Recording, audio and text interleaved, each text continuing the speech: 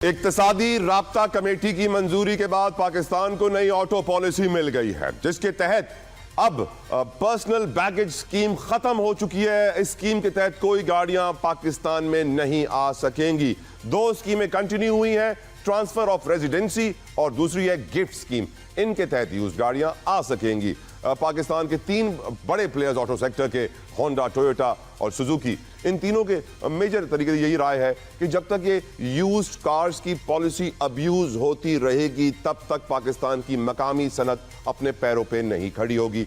जबकि जो ये गाड़ियां मंगवाते हैं ऑटो डीलर्स, उनका ये कहना है कि जब तक पाकिस्तान की गाड़ियों की क्वालिटी अच्छी नहीं होगी, रेट कम नहीं होंगे, ये यूज्ड गाड़ियां पाकिस्तान की जरूरत बनी रहेंगी। इस पर गुफ्तगू का आगाज करेंगे। मैं वेलकम करना चाहूंगा, मेरे बड़े मोअज़्ज़ज़ मेहमान हैं, आखिरी सेकंड पे आपने वक्त निकाला, बहुत शुक्रिया। अली असगर जमाली साहब, CEO Indus motor car company, और मेरे साथ मौजूद हैं HM शहजाद साहब, ऑटो डीलर्स एसोसिएशन के सदर हैं। दोनों मेहमानों का बेहद मशकूर हूँ। गुफ्तगू का आगाज में अली असगर जमाली साहब आपसे करना चाहूंगा, क्योंकि मुझे मालूम है आपके पास वक्त कम है और आपने लास्ट सेकंड हमारे लिए वक्त निकाला। I am indebted. My first question, बड़ी अचीवमेंट है, आप काफी वक्त से इसके ऊपर आवाज उठा रहे थे, अब हुकूमत ने एक्शन ले लिया है। तला भाई, thank you very much.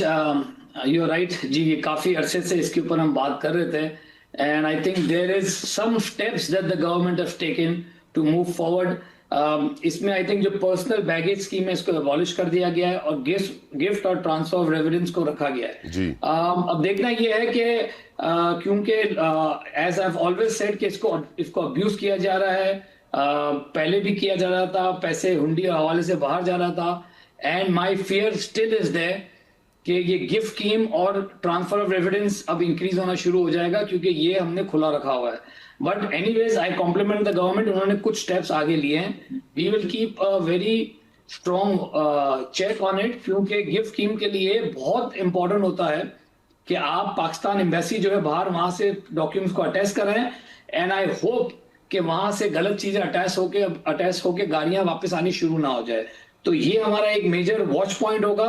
Second, जो यूज कमर्शियल इंपोर्ट्स खुल रही हैं उसके ऊपर हमें we have to make sure कि गाड़ियां जो कंडीशंस है, जो मिनिस्ट्री ऑफ इंडस्ट्री की कंडीशन है, उसको अवॉइड किया जाए। जो गाड़ी बाहर से आ रही है, जिस तरह हमारे लिए रखा गया है कि हमें सर्टिफाई करना पड़ता है, इस तरह का जापान से गाड़ी आ रही है तो जापान की जो गवर्नमेंट एजेंसी है वो उसको सर्टिफाई करे शिपमेंट इन एंड आउट के लिए, तो एटलीस्ट उससे ये पता चलेगा कि जंक ना आए। आई हैव हर्ड कि जो यूज कार एसोसिएशन है वो चाह रही है कि दुबई से हो ये, तो मुझे ये नहीं समझ आती कि अगर गाड़ी जापान से आनी है तो उसको पहले दुबई क्यों लेके जाना है, दुबई से फिर उसको यहाँ क्यों लेके आना है। हमें सबको पता है कि क्या होना है। तो आई थिंक मैं कॉम्प्लीमेंट करूंगा गवर्नमेंट ऑफ पाकिस्तान को जिन्होंने ये स्टेप लिया है, लेकिन हमें मेक श्योर करना है कि ये लोग जो हमारी इकोनॉमी को नीचे लेके जाते हैं, जॉब नहीं क्रिएट करते हैं, जो टैक्स नहीं पे करते हैं, पूरी तरह जो डॉक्यूमेंटेड नहीं है, इनको रोका जाए। इंडस्ट्री को जो है वो सपोर्ट मिलनी चाहिए, हम जॉब्स क्रिएट करेंगे, बल्कि ये हो जाए तो इंशाल्लाह। अभी मैं मीटिंग में बैठा हुआ जिसमें से मुझे आपने निकाला, I have already approve hiring of more man power, means हमने 300-400 लोग और हमने हायरिंग करनी, जिसकी ट्रेनिंग स्टार्ट हो गई है, ताकि हम अपनी कैपेसिटी इंक्रीज करें, ताकि ये जो माफिया है यूज कार वो ये ना कह सके देखें ये लोग गाड़ियां डिलीवर नहीं कर सके। और इंशाल्लाह अगर सही तरह से मार्केट वापस आई तो we gonna hire 1000 people more. तो मैं ये न्यूज देना चाहूंगा। Very good news sir, thank you. आपने बड़ी अच्छी खबर हमारे प्लेटफॉर्म से पूरे पाकिस्तान को दी है। हम जानते हैं कि पाकिस्तान के अंदर इंपोर्टेड गाड़ियों का इस्तेमाल बहुत ज्यादा है, उसको खत्म किस तरह किया जाएगा, इसके ऊपर बात करने के लिए मैं शुक्रिया अदा करूंगा। मेरे साथ मौजूद हैं chairman all Pakistan motor dealers association HM Shahzad साहब। आपकी नजर में ये फैसला कैसा है, इसके क्या असरात होंगे हुजूर? पहले तो इस स्कीम के हवाले से ये स्कीम जो बैगेज को बंद किया गया और TR और गिफ्ट को बरकरार रखा है, तो भाई बात यह है कि TR बैगेज गिफ्ट के तहत जो ये स्कीम चल रही थी, ये समंदर पार पाकिस्तानियों की स्कीम थी और गवर्नमेंट ऑफ पाकिस्तान ने इस स्कीम को जो है वो अनाउंस किया हुआ है।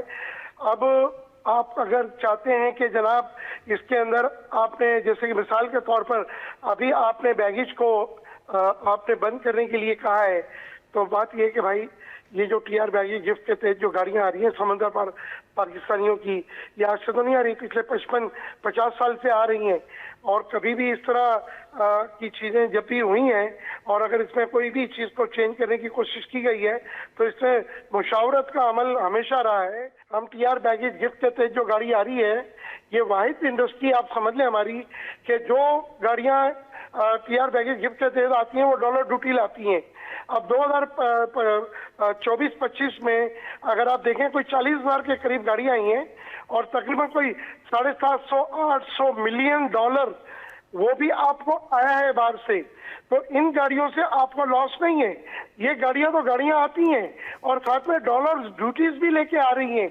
अच्छा, आपने कहा जी कि मुकामी सनत जो है वो फल फूल नहीं रही, तो भाई फलाए फुलाए ना, क्यों नहीं फुला रहे आप? जब आपकी गाड़ियों की कीमतें इतनी आसमान पर होंगी, आपके यहाँ असेंबल होती हैं गाड़ियाँ, आप मैन्युफैक्चरर नहीं है, आप असेंबलर्स हैं, आपका लाखों करोड़ों डॉलर जो है वो सीकेडी एसकेडी असेंबली इंपोर्ट करने में जाता है।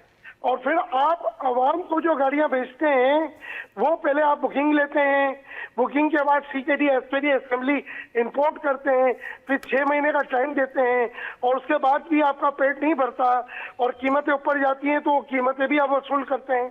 तो हमने तो कभी नहीं रोका आपको।